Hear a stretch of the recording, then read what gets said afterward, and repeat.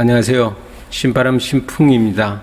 어제 제가 아스피린 항암제 활용에 대해서 유튜브 방송을 했는데 오늘 댓글이라든가 기타 다른 유튜브 방송을 보니까 아스피린의 부작용을 우려해서 항암제 가치를 거의 없는 것으로 또한 부작용 우려로 복용하지 말 것을 권고하는 여러 내용이 있는 것을 확인하고 약간 내용을 좀 바로잡고자 그리고 제 생각을 말씀드리고자 방송을 하게 되었습니다. 자, 보시면 효능이 있다면 올바른 복약 지도가 필요하지 무조건 복용 공포심을 조장하는 것은 도움이 안 된다, 이렇게 생각이 되었습니다. 이런 내용들을 쭉 보고 제가 느낀 것은 자칫 현재 식약처 등에서 구충제에 관련한 반응과 동일한 반응을 보이는 것이 아닌지 생각해 볼 필요가 있다, 이래 생각됩니다. 물론 구충제는 부작용이 거의 없는 약이죠. 아스피린은 부작용이 많이 있습니다. 저도 어제 방송에서 부작용에 관한 사항을 세심히 보고 복용해야 된다고 그렇게 얘기를 했는데 상당히 이제 부작용에 대한 우려를 가지고 이 아스피린의 항암제 가치 이런 것이 꼭 필요한 분들이 이것을 활용하지 않는다면 상당히 문제가 있다, 이렇게 생각되어서 방송을 하게 됐습니다. 자, 몇 가지 점에서 조금 이제 연구를 좀 안 하고 얘기하는 그런 것도 있는 것 같습니다. 그래서 정확하게 다시 한번 설명을 드리도록 하겠습니다. 먼저 아스피린은 뭐 여러분들이 많이 알고 있고 기존의 유튜브라든가 여러 가지 신문 이런 데서 많이 방송이 됐고요. 여러 가지 효능에 대해서 기적의 약이다, 만능 치료약이다, 이런 얘기가 있었고 또 그에 따른 부작용 이런 얘기도 많이 있었습니다. 그래서 한번 기존에 우리가 알고 있는 아스피린,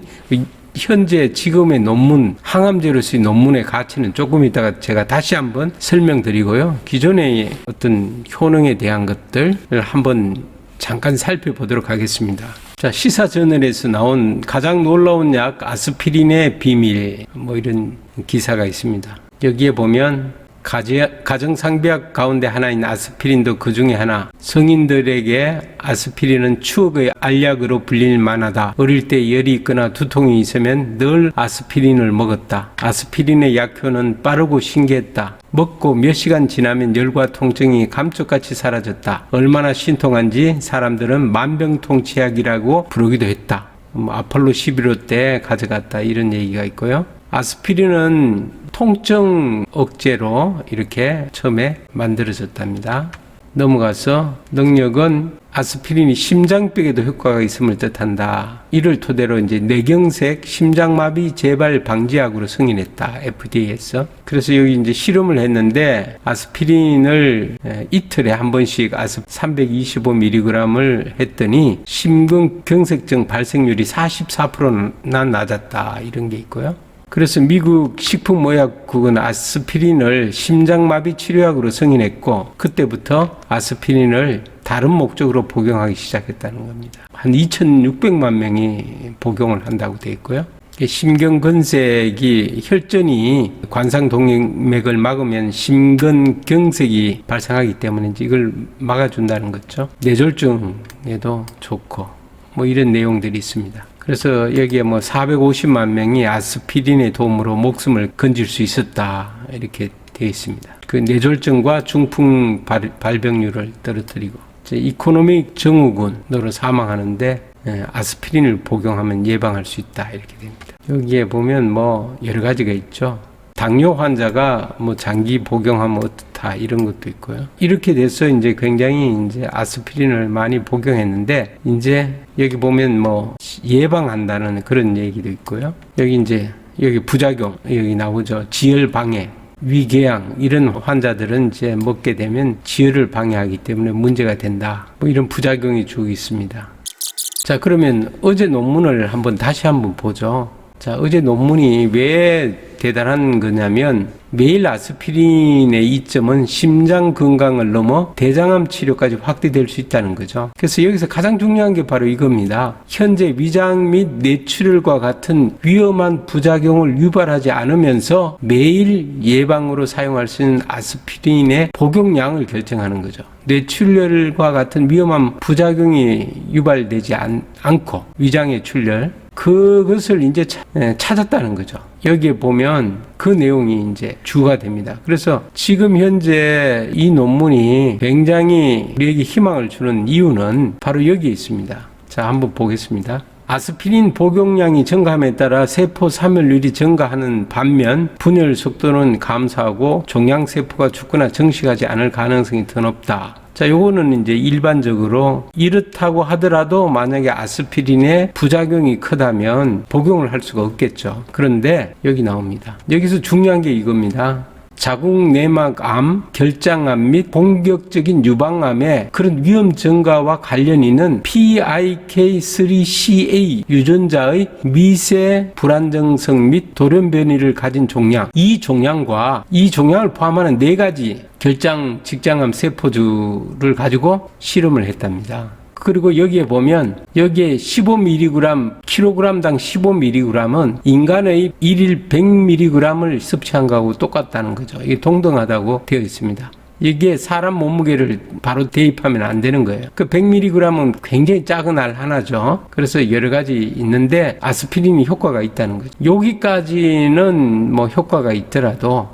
대용량으로 만약에 처방한다면 다른 부작용이 있기 때문에 처방이 굉장히 제한이 되겠죠. 그런데 중요한 게 여기 이제 나왔습니다. 저용량 아스피린이 PIK3CA 유전자가 더 많은 동물에서 종양 성장을 억제하는 데 특히 효과적이라는 게 관찰되었다는 거죠. 그래서 저용량 아스피린은 부작용이 적겠죠. 그런데 이 부작용이 적도록 아스피린을 먹었음에도 불구하고 효과가 있다는 거죠. 그러니까 이게 굉장한 겁니다. 그래서 여기에 자궁 내막암, 결장암의 공격적인 암에 이런 PIK3CA 유전자의 변이 가진 종양을 가진 암에서는 상당히 효과가 있다는 겁니다. 모든 암에 효과가 있다는 것은 아니고, 즉 여기서 말하는 것은 모든 암에는 효과가 있으려면 용량을 크게 해야 되겠죠. 그러나 용량을 적게 했어도 효과가 있는 암이 있다는 겁니다. 이게 굉장히 중요한 거죠.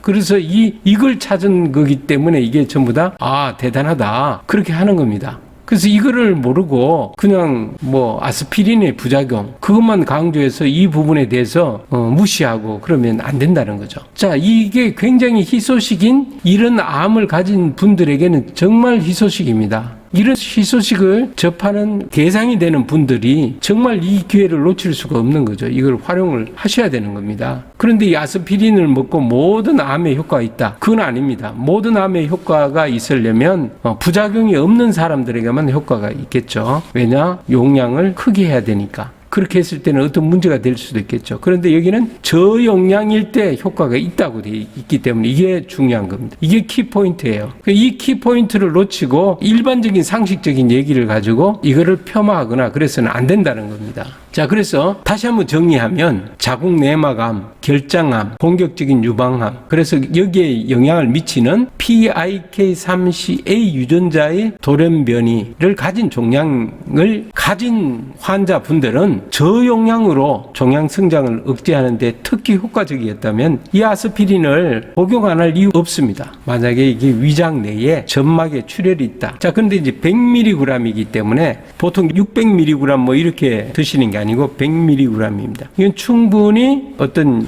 이 혈액 혈소판이나 이런 쪽에 문제가 없는 분이 굉장히 많을 수가 있어요. 왜냐하면 굉장히 저용량이기 때문에. 자, 저용량으로 복용하게 되면 억제가 된답니다. 이건 굉장한 거 아닙니까? 그래서 자, 이런 암을 가지신 분들은 제가 볼 때는 내가 이걸 복용할 수 있을지 없을지를 100mg짜리를 복용할 수 있을지 없을지를 정말 한번 의사분들이나 약사분들한테 도움을 받은 다음에 복용을 하면 얼마나 좋겠습니까? 이게 항암 작용하는데요. 항암제 투여해서 골수가 그냥 바닥까지 나가고 그러면 200몇 시간 반감기니까 반이 항암제가 나가는데 그 정도 걸리니까 적어도 항암제가 빠져나가는 데는 한 달 가까이 걸린다고 보는 거죠. 그래서 10며칠 될 때 항암제 주사를 맞고 10며칠 될 때 골수가 어떤 뭐 호중구라든가 이런 것이 바닥으로 떨어져서 굉장히 위험하고 그때 폐렴 걸리게 되면 돌아가시게 되는 그런 경우가 많지 않습니까? 어마어마한 부작용이죠. 거기에 비해서 여기는 충분히 100mg에 해당되는 600mg도 아닙니다. 100mg을 규칙적으로 복용했을 때 종양 성장이 억제된다는 것은 이거는 지금 여기 PIK3CA 유전자의 변이를 가진 종양인 그런 암 환우에게는 이거는 복음이나 마찬가지인 소식이라는 거죠. 그래서 복약지도는 부작용 가능성 있는 일명을 찾아서 알려주는 게 목적이 돼야지 부작용이 없는 10명 중에 9명이 효과를 못 보게 막는다 그러면 그거는 잘못된 지도라는 거죠. 전문가가 더욱 전문가라면 어떤 그 암에 해당되는 분들에게 이 효과가 있으니까 복용을 할 수 있도록 이렇게 안내를 해야지 그런 식으로 아스피린은 복용하면 안 된다, 위험하다 이렇게 선입관을 먼저 환자들은 주도록 해서는 안 된다 이런 생각이 듭니다. 결론적으로 보면 선입관이나 자기 고정관념 이런 걸 가지고 부정적으로 보지 말고 배우고 참고할 것이 없는지 도움이 되는 게 없는지 열린 마음으로 받아들여야 됩니다. 복약지도하는 것이 부작용의 가능성이 있는 그런 사람들을 이렇게 알려줘야지 나머지 9명, 효과를 보는 9명을 못 먹게 하는 그런 복약지도를 하면 안 된다. 의사나 약사분들이 복약지도할 때 그렇게 하지 않습니까? 그래서 논문의 키포인트를 잘 이해하고 또 여기에 맞는 환자분들이 있기 때문에 그런 부분을 찾아줘야 되고 그 다음에 부작용 가능성이 있는 환자에게 그 부분을 알려줘서 제대로 복용하도록 그렇게 해야지 무조건 부정적인 어떤 인식을 퍼뜨리는 것은 효과를 볼 수 있는 사람에게 효과를 못 보게 하기 때문에 이거는 잘못이다. 그리고 다시 한번 생각해 볼 필요가 있다. 그래서 제가 방송을 다시 하게 됐습니다. 이상입니다. 감사합니다.